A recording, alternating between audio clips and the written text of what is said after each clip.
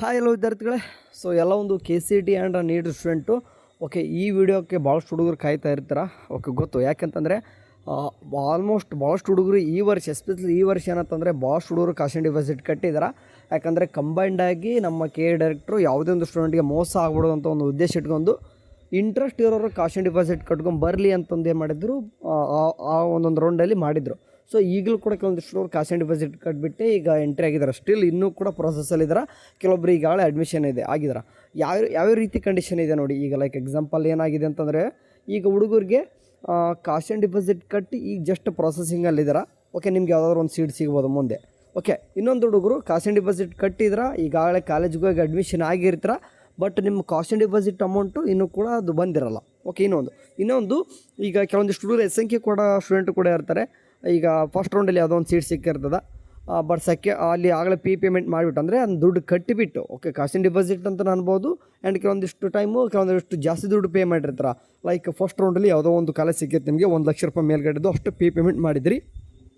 And second ರೌಂಡಿಗೆ ಬಂದಾಗ ಎಸ್ಸಿಗೆ ಕೂಡ seat ಸಿಕ್ಬಿಡುತ್ತೆ, ಅಂದರೆ ಫೀಸ್ ಕಡಿಮೆ ಆಗಿಬಿಡ್ತದೆ. ಸೊ ಹಂಗಾಗಿ ಏನಾಗ್ತದೆ, ನಿಮ್ಗೆ ಅದು ಕೂಡ ರಿಫಂಡ್ ಆಗಬೇಕಲ್ವ. ಈ ಥರ ಅಮೌಂಟ್ ರೀಫಂಡ್ ಈ ಕಡೆಯಿಂದ ಬರ್ತಕ್ಕಂಥ ಅಮೌಂಟ್ ಏನಿದೆ ಇದು ನಿಮಗೆ ಯಾವಾಗ ಬರುತ್ತೆ ಅಂತ ಕೇಳೋದಕ್ಕೆ ಭಾಳಷ್ಟು ಹುಡುಗರು ಕೇಳ್ತಾ ಇದ್ರಿ. ಸೊ ಹಂಗಾಗಿ ವಿಡಿಯೋ ಮಾಡಿಬಿಡೋಣ, ಯಾಕಂದರೆ ಭಾಳ ದಿನ ಆಯಿತು ಏನೂ ಹೇಳಿಲ್ಲ ಅಂತಂದು ಹಾಗಾಗಿ ವಿಡಿಯೋ ಮಾಡ್ತಾಯಿದ್ದೀನಿ.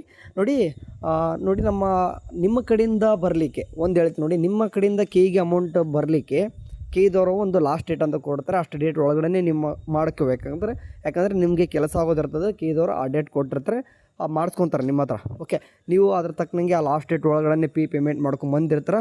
ಈಗಾಗಲೇ ಕಾಲೇಜ್ ಅಡ್ಮಿಷನ್ ಆಗಿರ್ತಾರೆ, ಇನ್ನು ಪ್ರೊಸೆಸಿಂಗಲ್ಲಿ ಇದ್ರೆ ಅಥವಾ ಕಾಲೇಜ್ ಸೀಟ್ ಸಿಕ್ಕಿರಲ್ಲ, ಆದರೂ ಕೂಡ ಕಾಸ್ಟ್ ಡಿಪಾಸಿಟ್ ಇನ್ನೂ ಕೊಡಬೇಕು ಕೆ ಕಡೆಯಿಂದ.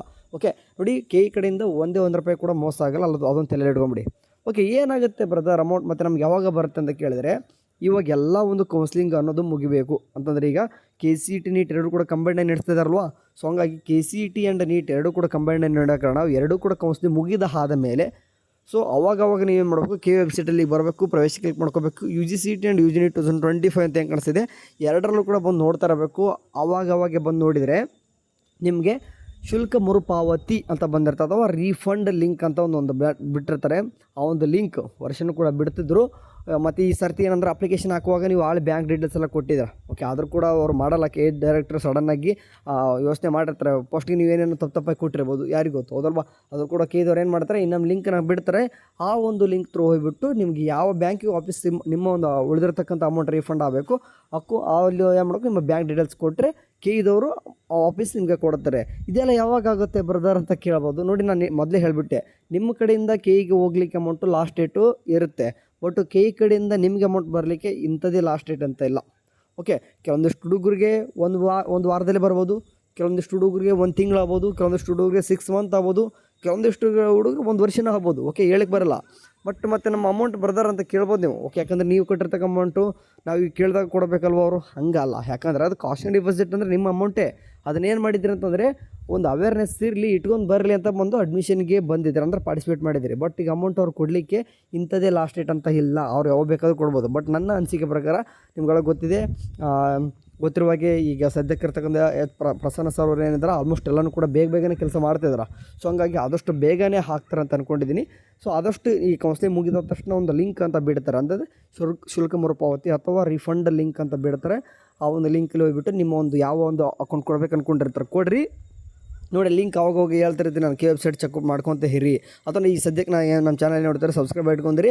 ಬಿಟ್ಟ ತಕ್ಷಣ ನಿಮ್ಗೆ ಬೇಕಾದರೆ ಆ ಲಿಂಕ್ ನಿಮಗೆ ನಿಮ್ಗೆ ಇನ್ಫಾರ್ಮ್ ಕೂಡ ಮಾಡ್ತೇನೆ. ಅಥವಾ ವಾಟ್ಸಪ್ ಚಾನಲ್ ಇರ್ತದೆ, ವಾಟ್ಸಪ್ ಚಾನಲ್ ಕೂಡ ಜಾಯ್ನ್ ಆಗಿರಿ.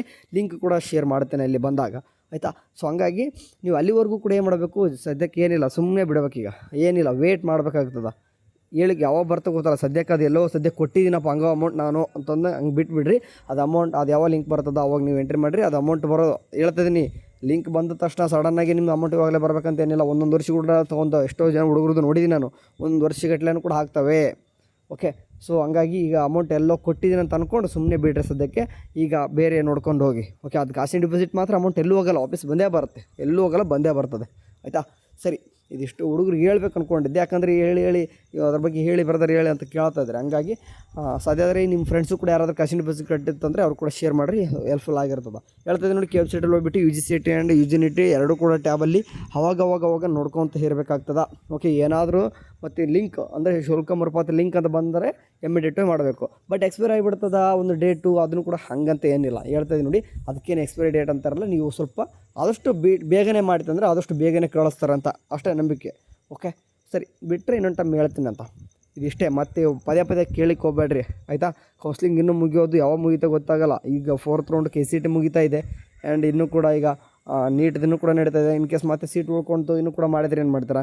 ಸೊ ಹೇಳಿಕ್ಕಾಗಲ್ಲ ಯಾವ ಟೈಮ್ ಒಳಗೆ ಏನೇನು ಆಗ್ತದೆ ಏನು ಕೂಡ. ಯಾಕಂದ್ರೆ ಇನ್ನೂ ಕೂಡ ನಮ್ಗೆ ಆಯುಷ್ದು ಇನ್ನೂ ಕೂಡ ಯಾವುದೇ ರೀತಿ ಕನ್ಫರ್ಮೇಷನ್ ಈ ಸದ್ಯಕ್ಕಂತೂ ಇಲ್ಲ, ಮುಂದೆ ನಡೀತದೆ. ಓಕೆ, ಸೊ ಹಂಗಾಗಿ ಹೇಳ್ತಾ ಇದ್ದೀನಿ, ಯಾವಾಗ ಕಂಪ್ಲೀಟ್ ಆಗ್ತದೋ ಅವಾಗಲೇ KE ಡೈರೆಕ್ಟರ್ ಕೊಡ್ತಾರೆ, ಮುಗಿಯೋರು ಕೂಡ ಕೊಡಲ್ಲ. ಓಕೆ ಸರಿ ಕಣ್ರು, ಏನಾದರೂ ಬಂದರೆ ಅಂದರೆ ಈ ಥರದ ಈ ಒಂದು ಲಿಂಕ್ ಬಂದರೆ ತಿಳಿಸ್ತೀನಿ. ಬಾಯ್.